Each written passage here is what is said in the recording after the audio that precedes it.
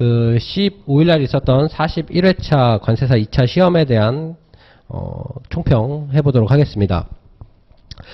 총 4문제가 이제 대분류로 나왔고요. 이제 거기에 속하는 문제가 뭐 3문제씩, 2문제씩 해서 나와서 총 100점, 100점으로 나왔고요. 1번 문제는 보세 판매장에 대한 문제가 나왔습니다. 아마도 많은 수험생분들께서 당황하셨을 수도 있을 것 같다는 생각이 좀 들었습니다. 그래서 오늘은 제가 이 모든 문제에 대해서 뭐 기출문제 풀이를 하듯이 할 수는 없는 거고 전체적인 총평을 하는 개념으로 가도록 하겠습니다. 일단 이번에 출제된 문제들을 살펴보면 가장 큰 특징이 법에 대한 제출, 기출 비중이 매우 줄었습니다. 그래서 전체 합쳐보면 한 20% 남짓 한 비율로 법이 나왔고요. 오히려 시행령이 거의 60%에 육박하도록 나왔습니다. 그리고 시행 규칙도 한 10% 남짓, 그다음 뭐 환특법 10% 해서 이제 총 이렇게 100%가 됐는데, 중요한 거는 이제 시행령의 출제가 아주 많이 늘었다는 거죠. 그래서 이제 과거에는 법 중심으로 하고 영과 시행 규칙을 선택해서 했다면, 이제 앞으로 수험 같은 경우는 기본을 빨리 다지고 영이나 규칙 같은 세부적인 규정도 좀 체크를 해 나가는 방식으로 가야 하지 않을까 싶습니다.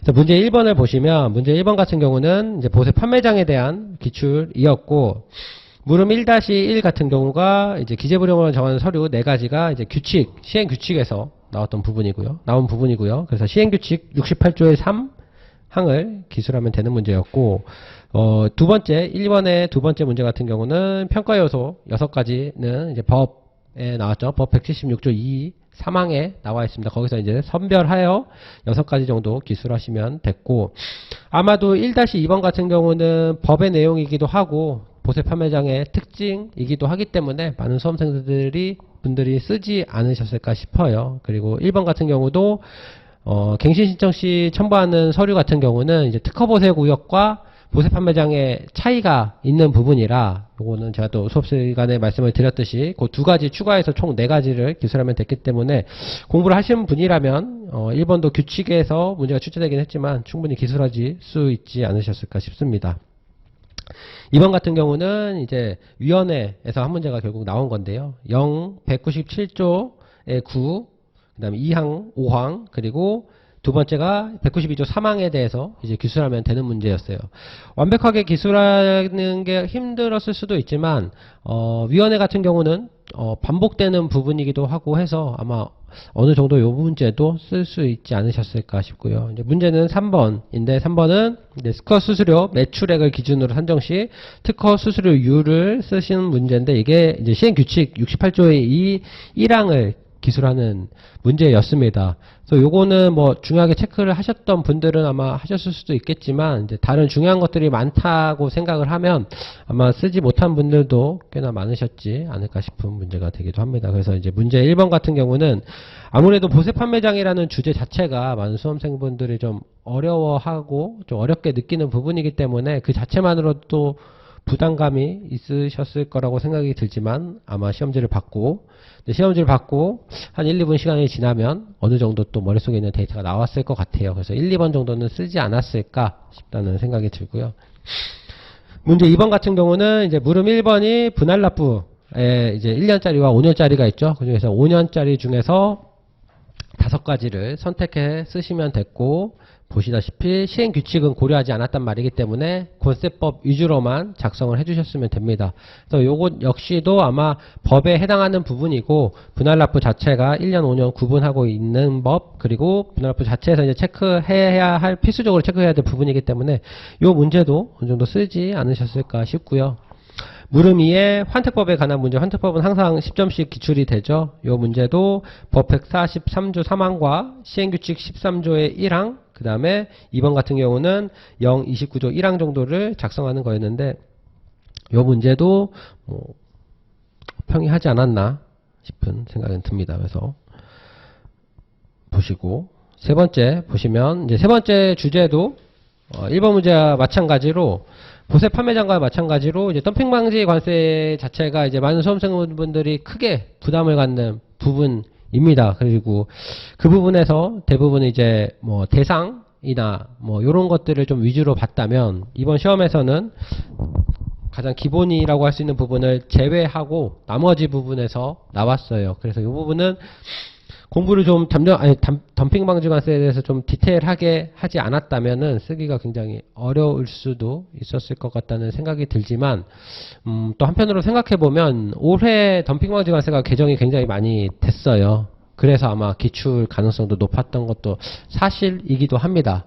근데 이제 덤핑 대상이나 아니면은 뭐 정상 가격 요런 거 기본적인 걸로 먼저 출제가 될 줄 알았는데 그게 아니라 잠정 조치 요건 그다음에 뭐 약속의 제의 그다음에 재심사 등 요렇게 조금 뭐 지엽적이라는 표현은 그렇지만 조금 치우친 문제가 나왔다고 볼 수 있어요. 그래서 아마 문제 3번 같은 경우는 많은 분들이 조금 부담스러워하지 않으셨나 싶은 생각이 듭니다. 그래서 물음 1번에 1 같은 경우는 법 53조 1항을 작성하면 되는 부분이었고 적용 시기 및 기간도 0, 66조에 대한 부분 3번까지도 0, 66조에 대한 부분. 그래서 1번 같은 경우는 법 53조 1항과 0, 66조를 기술하는 문제였다라고 보시면 될 것 같고요. 물론 2번 같은 경우는 이제 이건 규칙, 시행규칙 19종 1항을 모두 기술해야 되는 부분. 문제 3번 같은 경우는, 물음 3번 같은 경우는 1번 같은 경우 0, 70조 1항과 2항, 그 다음에 2번 같은 경우는 70조의 3항, 그 다음에 3번 같은 경우는 70조의 5항, 6항. 이것도, 그래서 이 문제 역시도 시행령을 작성해야 되는 문제이기도 했습니다. 그래서 아마 문제 3번 같은 경우는 전체적으로 모든 수험생들이 좀 어려워하지 않으셨을까. 그리고 아마 완벽하게 기술하신 분보다는 키워드 위주로 아마 작성한 분들이 좀 많지 않으셨을까 하는 생각은 듭니다. 덤핑 방지 관세를 사실 처음부터 끝까지 하기에는 굉장히 부담이 있어요. 굉장히 큰 법이기도 하고 그거 외적으로도 관세법에는 중요한 부분이 많기 때문에 덤핑 방지 관세를 그렇게 이제 디테일하게 준비하는 게 쉽지는 않습니다. 그래서 아마 3번은 좀 힘들지 않았을까라는 생각이 들고요.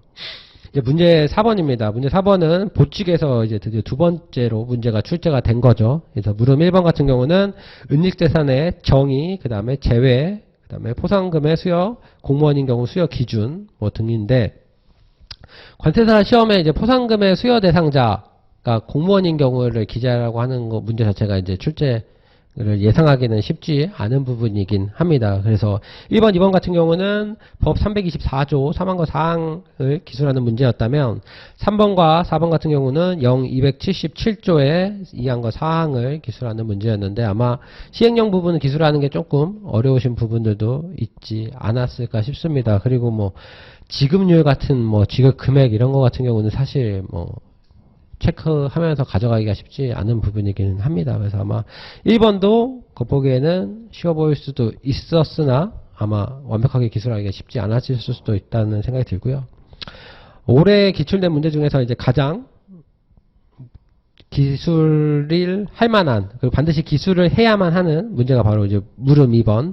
양무열 규정에서 개인에 해당하는 사람 5가지만 쓰시오. 이 문제는 아마 반드시 기술이 필요했을 것 같고요. 아마 기술을 하지 않으셨다면 아마 좀 크게 타격을 받을 만한 문제이기도 합니다. 이제 그만큼 쉬운 문제이기도 했다는 거고요. 이제 쉽다는 거는 모두 다 잘 쓰기 때문에 조금이라도 틀리면 그만큼 점수 획득에 어려울 수가 있습니다. 그래서 이런 문제는 반드시 완벽하게 잡고 넘어가야 된다는 거 말씀드리고 참고로 279조에서 나온 문제였죠. 그래서 총 이렇게 나온 문제 5문제에 대해서 이제 말씀을 드렸는데 역시나 올해도 단답형의 문제가 조합된 방식의 출제였습니다. 과거처럼 뭐 30점 배점을 한 문제에다 두고 한다기보다는 일종의 뭐 목차를 주고 작성을 하라는 식의 문제였는데 워낙 지엽적인 지엽적인 곳에서 출제가 많이 되기도 했고 쉬운 문제와 어려운 문제의 차이가 좀 크지 않았나 싶습니다. 그래서 뭐 소위 말해 주는 문제와 그다음에 못 쓰는 문제가 워낙 좀 온도차가 컸다라는 생각이 들고요. 이제 이런 시험을 준비하려면 당연한 얘기지만 기본을 빨리 좀 체크를 하고 그 다음에 조금씩 본인의 공부 방향을 좀 넓혀가는 방향으로 가는 게 맞을 것 같다는 생각이 들어요. 근데 이게 이제 문제가 지역적으로 나온다고 해서 기본적인 부분을 버리고 자꾸 지역적인 문제만 찾아서 공부할 수는 없는 거거든요. 왜냐하면 이런 출제가 경향이 뭐 이렇게 유지될 수는 있지만 또 그렇지 않을 수도 있는 거고, 그리고 기본은 언제나 중요하기도 하고 실무를 함에 있어서 관세사가 되고 나서도 중요한 부분이기 때문에 기본을 그렇다고 이제 소홀히 할 수는 없는 거라고 생각을 하고요. 오히려 기본을 좀 빨리 잡고 세부적인 부분을 영이나 규칙 같은 경우를 조금 넓혀서 공부하는 방법으로 가는 게 좋지 않나 싶습니다. 네, 이상으로 2024년도 관세사 2차 시험 강평 마치도록 하겠습니다.